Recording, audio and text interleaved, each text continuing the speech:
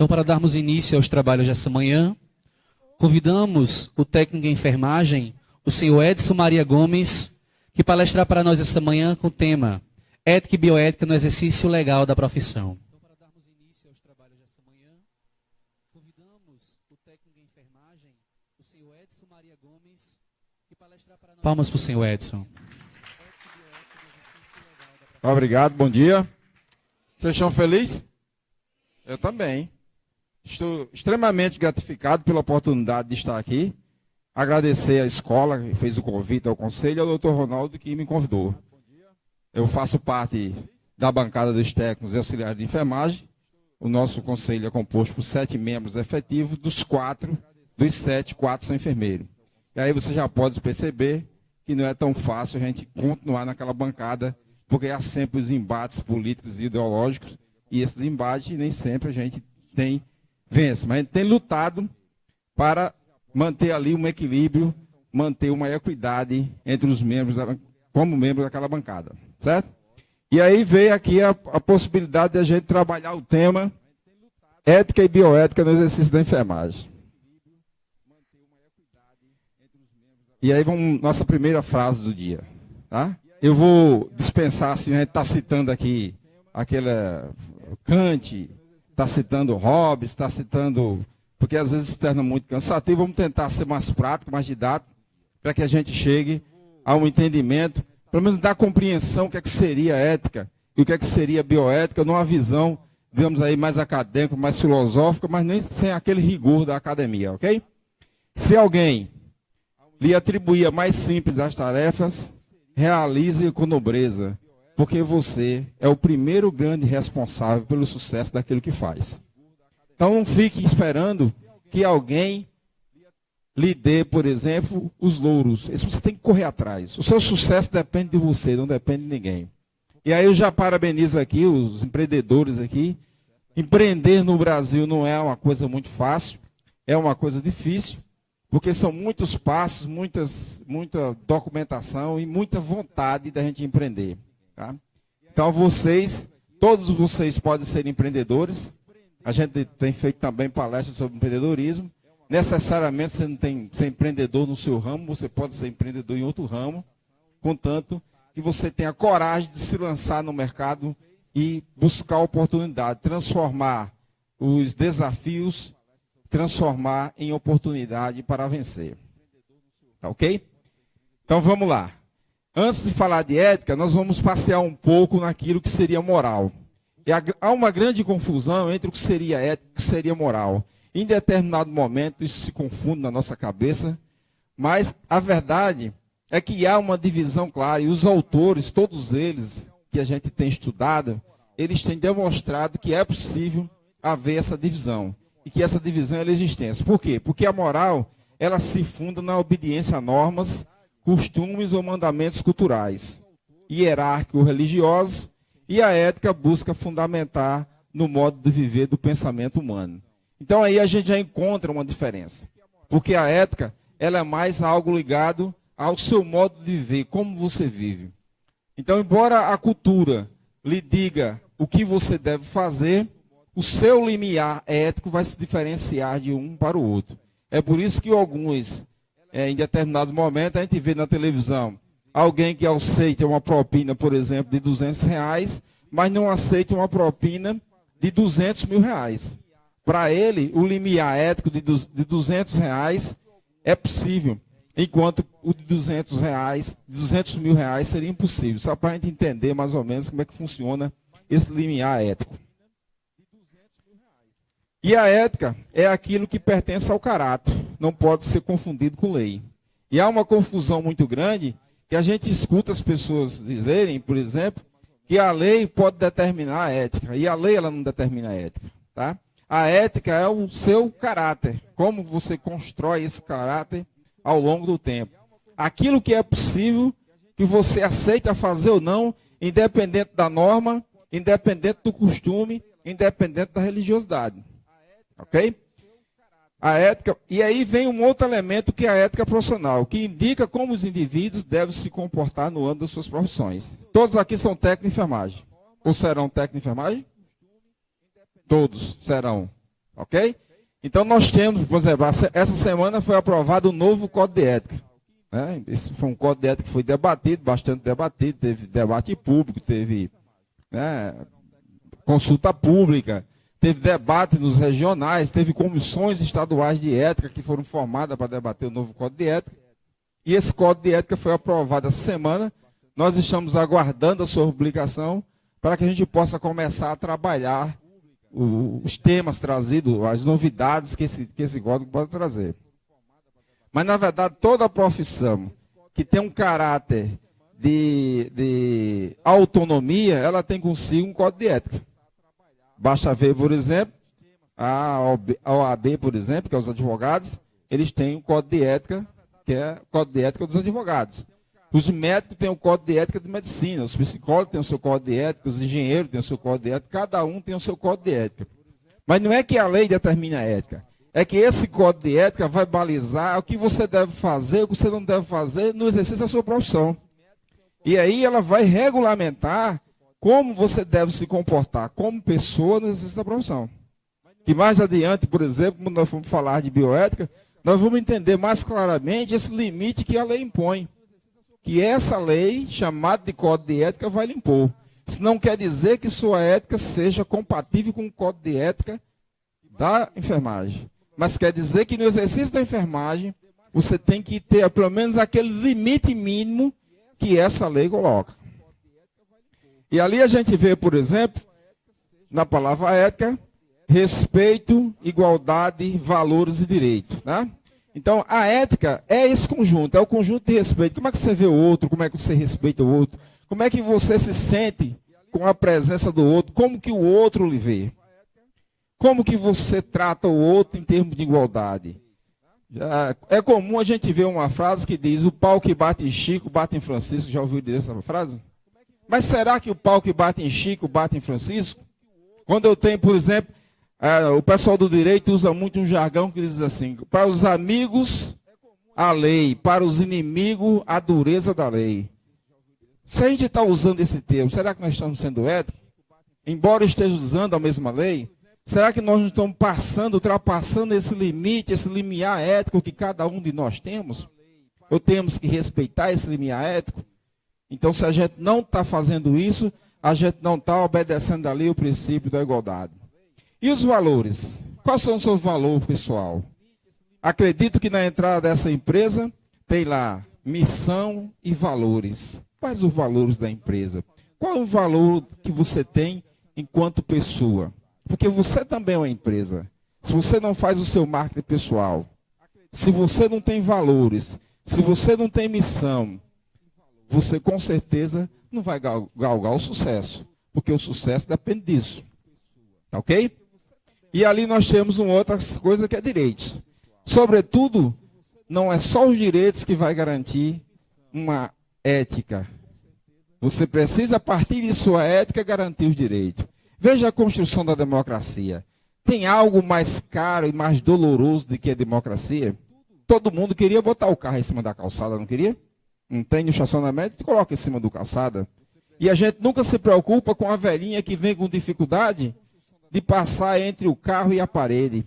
Ou de passar, para livrar o seu carro, passar pelo meio da rua e ser atropelada. Quem é que se preocupa com isso? Você quer um lugar bacana na sombra para o seu carro.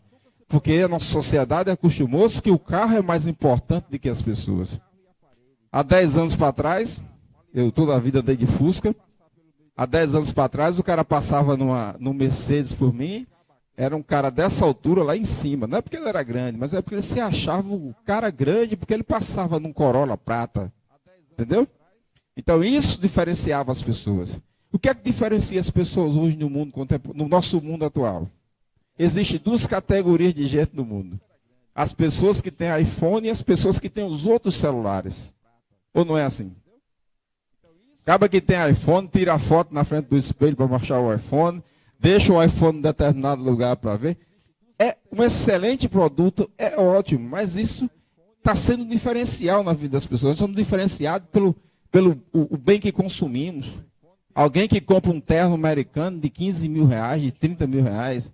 Alguém que compra um terno italiano de 250 mil reais porque é deputado. E aí depois aparece a necessidade de fazer desvio de verbas públicas.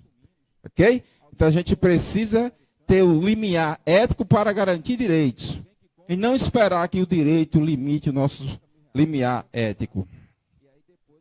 E aí, como se encontrar com a ética? Como é que cada um de nós nos encontramos com a ética? E para nos encontrar com a ética, precisamos obrigatoriamente saber o que eu quero, o que cada um quer. Mas o que você quer, você pode? Pode? O que você quer, você pode? E o que você pode, você deve? Não? Olha aí, nós estamos diante agora, nós estamos começando a caminhar para uma situação que a gente chama de conflituosa, né? Eu quero. Mas o que eu quero, eu posso? Tem gente que quer ir, quer, aí a gente já falou do iPhone, quer comprar iPhone, pode comprar iPhone? Não pode, tá?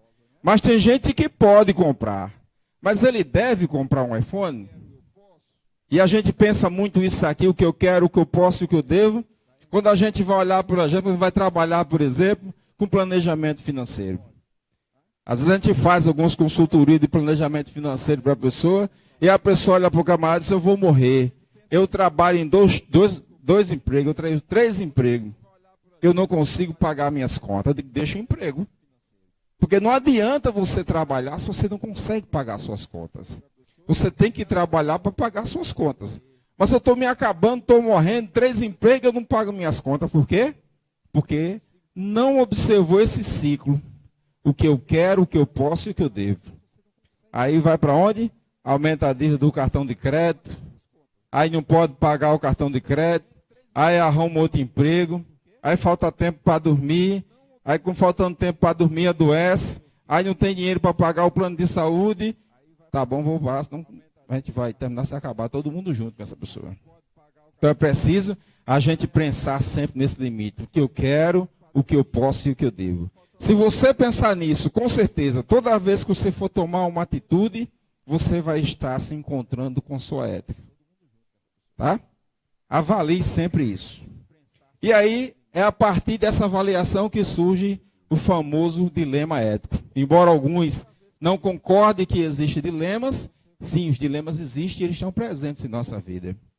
Uma vez eu tenho uma página chamada Enfermagem News, e eu escrevi lá, hoje estou de plantão, com que roupa que eu vou? Parece simples, né? Mas tem gente que vai de, como é que se chama? Leg é? Vai de leg, coto, ao plantão, com uma blusa top. Top chama blusa? Não sei como é que chama aquelas blusas assim, né? Como? Crobot. Que negócio chique, cara. Tá aí, gostei, viu? Crobot. Oh, vou pensar nisso, vou aprender. Então o cara vai lá pro plantão. É essa roupa que um profissional deve pro plantão? Não sei, mas tem gente que vai. Então com que roupa eu devo ir? Né? Mas eu preciso comprar um terno italiano para ir pro plantão? Também eu acho que não. Então tem ali um termo mediano que a gente deve compreender dentro da nossa estrutura, com que roupa que eu vou pro plantão, né? Então é isso. E aí surge a necessidade, surge esse dilema ético, quando há necessidade de se fazer uma escolha difícil e desagradável. Existem escolhas que são extremamente difíceis. Imagine a situação, por exemplo, de um cara que estava no julgamento, esse cara chamado Sobral Pinto, era o advogado de Luiz Carlos Prestes, muitos de vocês não ouviram falar disso. E o cara o general começou, era época de ditadura, o general começou a acusar Luiz Carlos Prestes, e ele pergunta, e o general disse para Luiz Carlos Prestes, o senhor limite-se apenas responder sim ou não. O advogado Sobral Pinto faz a intervenção e diz a ele, existem perguntas que sim e não se dá como resposta. Aí o general, no alto de sua arrogância, dono todo poderoso, numa sala rodeado de não sei quantos militares, e só 2 ali no meio, disse, pois diga uma. Ele disse, o senhor já deixou de bater na sua mãe? E agora? Se ele dissesse que sim, ele batia. Se ele dissesse que não, ele continuava batendo. Tá? Então surge aí os desconflitos. E esses conflitos surgem por quê? Porque existem situações em que você tem 2 vontades que se encontram. uma vontade de aproximação e aproximação, eu quero. Então, esse conflito é mais fácil de resolver. Mas quando você tem duas vontades, uma vontade de aproximação e uma vontade de afastamento, eu quero e não quero. A gente volta lá para aquele círculo de eu posso, eu devo e eu quero. Uma vontade diz que você quer e outra vontade diz que você quer. E você vai ter que estar diante daquela situação para rever se você quer ou não quer. E aí nós vamos agora saindo um pouco da ética e passear aqui um pouquinho na bioética. O que seria bioética, então? O estudo dos problemas e implicações morais despertado pela pesquisa científica em biologia e medicina. Não necessariamente em biologia, só em biologia e medicina, mas como nós somos aqui mais voltados para a área de saúde, né, eu trouxe esses dois temas em biologia e medicina. Mas pode ser em outras áreas também. O direito, por exemplo, é uma das ciências, a ciência jurídica, que mais se debruça sobre a questão da bioética. Porque mesmo que vocês resolvam fazer uma pesquisa científica, essa pesquisa científica depois vai esbarrar lá no gabinete do advogado para ele fazer a defesa ou para ele ser o auxiliar da acusação. Ok? A bioética abrange questões como a utilização de seres vivos em experimentos.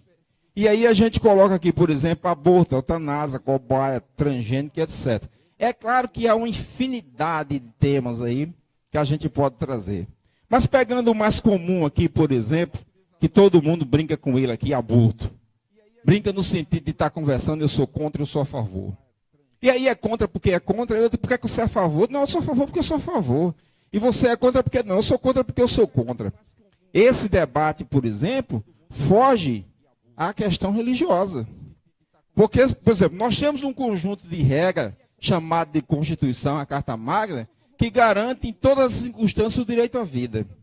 Mas para permitir o aborto, eu preciso me confrontar com a Carta Magna, independente de eu acreditar em Deus ou não. Independente de eu ser católico, protestante, evangélico, espírita, independente do meu credo religioso, eu vou me confrontar aqui com a Carta Magna. Se a Carta Magna garante a vida, a partir daquele conceito lá rossiniano, de que nós entregamos nosso conjunto de direitos individuais para que o Estado nos devolvesse em forma de direito coletivo, como que agora eu vou estar pondo fim à vida? Mas aí você me pergunta, e quando começa a vida? Aí eu mesmo não sei dizer. Por que eu não sei dizer? Porque milhares e centenas de milhares de pesquisadores no mundo inteiro não chegaram ainda a uma definição de quando começa a vida. A vida começa naqueles dois olares que se encontraram lá na praça, papai e mamãe?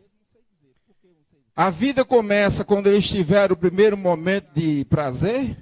A vida começa com um novo processo de nidação que vocês aprenderam lá na biologia? A vida começa com os primeiros batimentos cardíacos? A vida começa com o primeiro sopro de vida? Olhando pela Bíblia, é o primeiro sopro de vida, né? Se lá na vida uterina se tem o primeiro sopro de vida, a vida começaria ali, só para a gente ter uma ideia. Mas o direito civil diz que a personalidade se inicia com a vida. E a vida se inicia no Código Civil no momento que o sujeito nasce e inspira. Para isso há um teste para dizer para o nato morto, para saber se ele adquirir os bens, né? Adquirir os bens na hora do nascimento ou não. Tá ok? Então é isso, só para a gente ter ideia aí dessa situação. E aí vamos para o que seria a bioética, como que a gente poderia entender esse processo de bioética, a bioética e sua complexidade. Primeiro a gente teria aí uma sociedade motivada pela moral e pelo direito, ali embaixo motivada também por uma ética que seria o limiar de cada um. E aí nós teríamos espiritualidade, cultura, meio ambiente, biologia, saúde, psicologia, história, educação, exercício profissional, ciência, economia, política, tudo isso para definir o que seria por esse conjunto de direitos que poderia formar a bioética. Por exemplo, nós estamos comendo soja transgênica, quem consome soja, nós estamos comendo soja transgênica. E aí vem o produtor da soja, por exemplo, e diz que é uma maravilha, ela não dá praga, os grãos são maiores, aumentou a produtividade por hectare cultivada. Mas aí vem o pequeno agricultor e diz, eu não consigo plantar a semente porque ela não nasce. Só quem vende semente germinativa é o grande produtor que tem a tecnologia da transgenia. E aí, qual é o limiar bioético disso? Onde é que está esse limiar bioético? Para a gente dizer se ele tem o direito de ter sob controle todo o processo produtivo da soja, ou se esse processo produtivo seria a natureza que poderia ser distribuído com qualquer um. Aí é outra questão que nós temos que resolver no futuro. Alguém lembra de que cenas esses quadros aqui são cenas de um filme? Alguém lembra que filme é esse? Hã? Do mesmo jeito, a gente se conheceu agora. Mas é verdade, esse é o filme como era antes de você. E aí quem assistiu o filme, todos assistiram o filme aqui, quem assistiu o filme, levanta a mão. Nossa, esse filme rendeu aqui, hein? Ó. Então esse filme ele traz uma situação bem interessante. Esse jovem, para quem não assistiu, esse jovem aqui, cadê ele? Esse jovem aqui, ele era um jovem, fazia alpinismo, andava de helicóptero, andava de jet ski. Tá. O cara sofre um acidente, só o que movimenta nele é os olhos, a cabeça e o pensamento. E aí ele toma a decisão de morrer. Se eu quero morrer. Aí no país dele, ali na Inglaterra, acho que o filme se passa na Inglaterra, você não vai poder morrer, aqui ninguém pode morrer, aqui não tem eutanásia. Lembra lá que a gente falou lá naqueles quadrinhos lá que a eutanásia seria uma situação? Aqui você não pode morrer.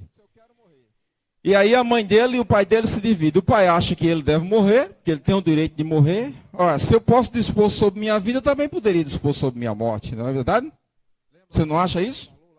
Você pode dispor sobre sua vida, mas não pode dispor sobre sua morte? Isso é uma questão interna que você tem que resolver. Não é comigo que eu vou resolver isso. Mas só para a gente pensar. Se eu tenho direito sobre minha vida, eu também teria direito sobre minha morte? Ou eu só tenho direito sobre minha vida e sobre minha morte quem tem é o Estado? Então aqui o Estado diz assim, olha, você não vai poder morrer aqui. Nós não autorizamos a eutanásia. E a mãe dele, no momento de desespero, contrata essa jovem, toda desajeitada, ela chega vestida numa meia, mas parece uma abelha. Quem assistiu, né? Inclusive ele fica, é um momento interessante dele. E aí ela tem um namorado, e para cuidar desse cara, ela me parece que cria uma certa paixão entre os dois aí.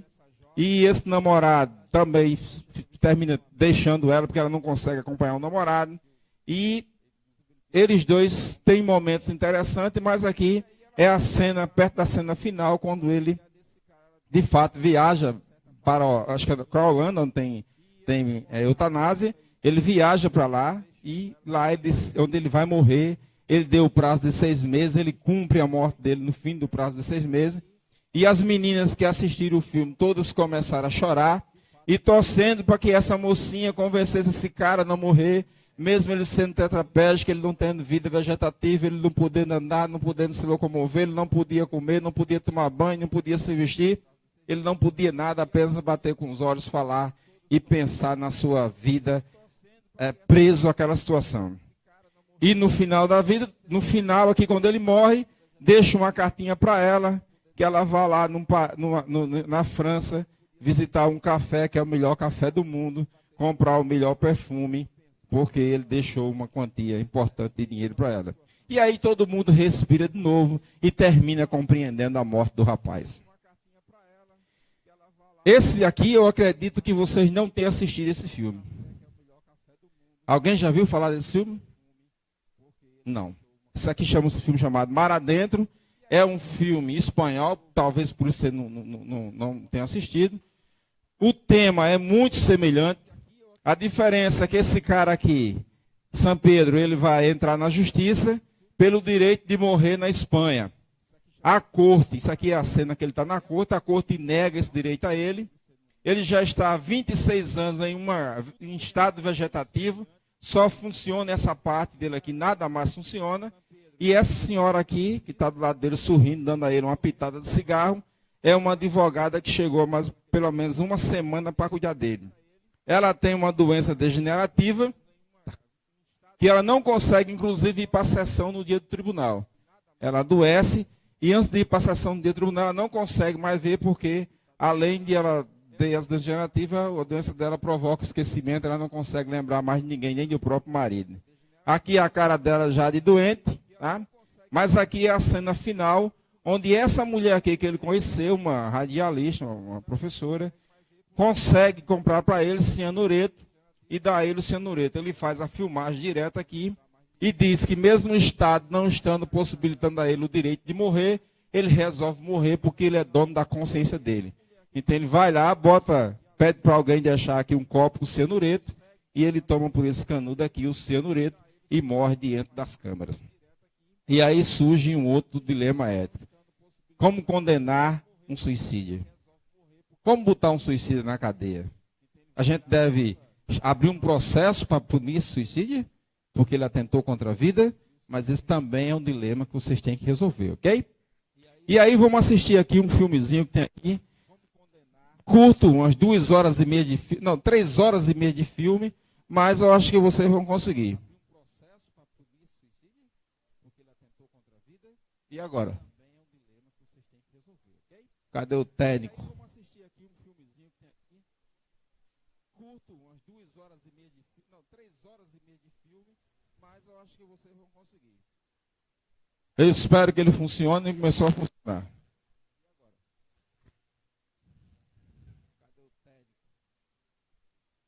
Só vai com som.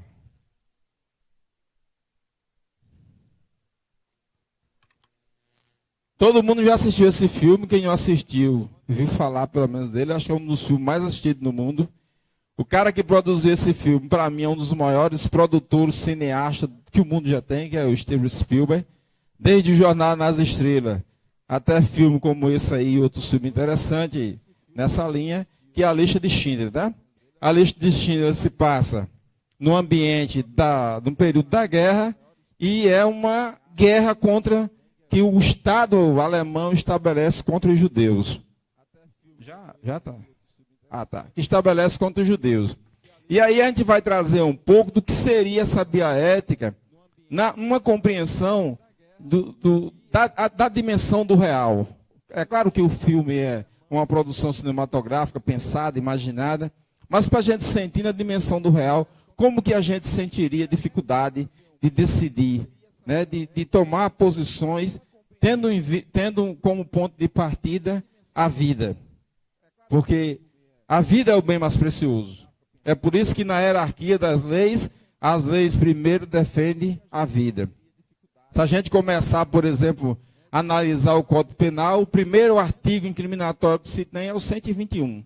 Matar alguém. Que proteção é essa? A proteção da vida. Depois de proteger a vida, nós vamos pensar em proteger outros bens, né?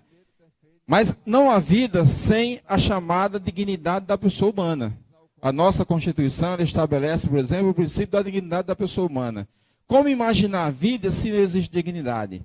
Então é isso que a gente viu nas telas anteriores, em que a gente pensa, colocou os dois filmes, para imaginar como que a gente pode garantir que aquela pessoa viva, mas essa pessoa não tem dignidade.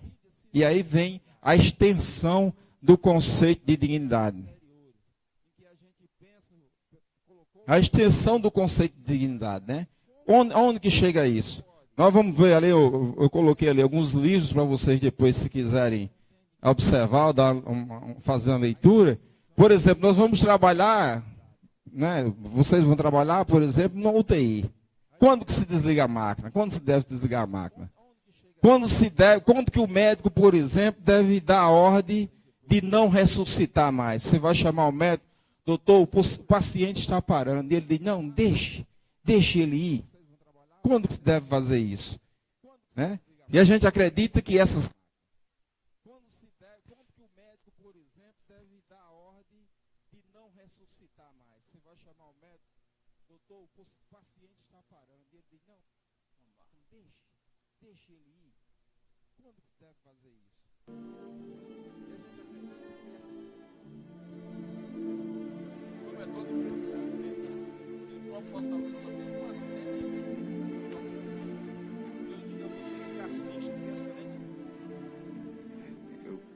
ter salvado mais. Eu podia ter salvado mais. Eu não sei se ao menos...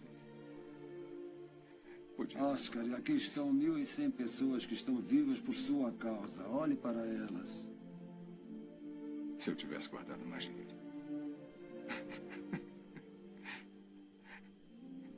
Eu joguei tanto dinheiro fora. Você não tem ideia. Se ao menos... Haverá outras gerações por causa do que o senhor fez. Não fiz o suficiente. O senhor fez muito.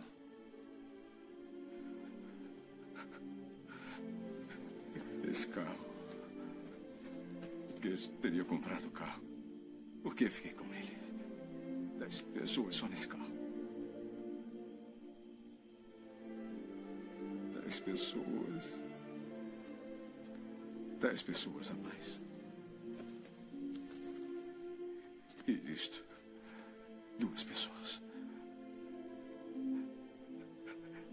É de ouro. Mais 2 pessoas. Eu teria conseguido 2 pessoas. Uma a mais, pelo menos. Uma pessoa.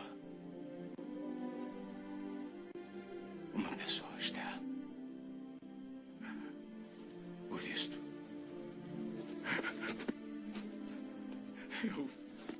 eu podia ter salvado mais uma pessoa e não salvei. Eu não salvei. Isso é no fim da guerra, quando a Rússia invade a Alemanha e a Alemanha faz o processo de rendição. Ele passou toda a guerra, toda a fortuna que ele tinha. Ele comprou as pessoas, instalou uma fábrica, comprou as pessoas ao governo alemão, ao pessoal do Hitler, e ele ia botando as pessoas para trabalhar nessa fábrica. Chegou um momento que o próprio Hitler foi inspecionar a fábrica, e a fábrica tinha muito mais gente do que peça, de que equipamento, de que aí, tem um momento no filme, em que ele, para que você quer essa criança aqui nessa fábrica? Aí ele dá a justificativa que ele dá, que a criança tinha o dedo fino para limpar os projetos da arma de fogo. Então, no final do filme, ele está indo embora, ele agora passa a ser um procurado pela Rússia e pelos Estados Unidos. Ele sai da condição de quem estava no poder para ser procurado. É por isso que o Stan ele oferece uma carta para, quando ele foi encontrado, dizer que ele salvou 1.100 pessoas. Mas ele não se conforma com isso, tá ok? Então, assim, para a gente entender o limiar da bioética quanto é, né? Esse cara, ele fez um trabalho extraordinário, né? Hoje, o túmulo dele é visitado por judeus do mundo inteiro. É baseado na história real. É um filme longo de 3 horas e meia que lhe prende de começo ao fim. E muito doloroso. Dificilmente alguém que tenha coração não assiste o filme até o final para não chorar pelo menos umas 55 vezes. Não sei se é porque eu sou chorão, ok? E aí a gente está vendo o seguinte, aqui eu coloquei aqui, por exemplo, a primeira coisa que vocês quiserem aprender um pouco sobre ética é ler Ética a Niacômaco, que é um livro de Aristóteles, né? Todo mundo que trabalha com ética tem que passear por ele. E aí Niacômaco é o filho dele, e ele vai ensinar esse filho como se portar no mundo da ética. Um outro de bioética interessante é esse livro aqui, de Van Potter, que é Uma Ponte para o Futuro. É um dos primeiros escritos sobre bioética no mundo, ele é um marco inicial. E esse terceiro aqui é que a gente estava falando sobre a dignidade da pessoa humana, que limite é esse que a Constituição impõe como dignidade da pessoa humana, e se vale a pena, de fato, viver sem dignidade. Esse outro é um diálogo sobre direitos humanos e fundamentais, e aí, por exemplo, quando se confronta aqui, ou se estabelece uma relação aqui com a dignidade da pessoa humana, e aqui a dignidade humana como fundamento jurídico das ordens de não ressuscitação hospitalares, né? Que a gente estava dizendo, quando que alguém deve dar a ordem de não ressuscitar. Vamos deixar que o maribundo parta em paz, né? Ou então, vamos deixar que ele junte os cascos e vá para junto de Deus. Assim dizia lá na minha terra, viu? Vista o paletó de madeira, e por aí vai, né? E aqui, Platão numa brilhante obra que é a República, onde ele vai trabalhar as questões relacionadas à justiça, à igualdade, a direito, né? E aí ele trabalha toda essa temática também voltada ali para a dignidade da pessoa humana. Faço só uma referência a esses dois cidadãos aqui, né? Aristóteles e Platão. Esses caras são anteriores a Cristo. E é nessa civilização grega aqui que se começa a se discutir bioética, quando não existia nem esse nome, e se começou a discutir ética e política, porque esse aqui é fundamentalmente um tratado político, começava a se discutir nessa época, ok? Então é essa a situação que a gente coloca. E aí, são esses dois livros, é de autoria minha, tá? Depois aí a gente vai ver, tem aí ali embaixo, quem quiser adquirir um deles, vai estar disponível. E aqui nós temos, quem quiser me ouvir falar, ter alguma coisa que eu digo lá, um canal no YouTube do professor Edson Gomes, o Facebook Enfermagem News, alguém conhece aqui, não? Eu vou falar, acompanhou? O Enfermagem News, a gente está sempre trazendo algumas matérias voltadas especificamente para a enfermagem, e não de forma pejorativa, mas de forma a dar um ânimo para a enfermagem. O meu Facebook bem pessoal, que é o do professor Edson Gomes, e nós temos um blog também, um blog do professor Edson Gomes. Esse aqui é o meu WhatsApp, para quem... Olha o nome bonitinho, agora eu aprendi até a dizer, WhatsApp. Antes eu só dizia Zap Zap. Estou melhorando, viu?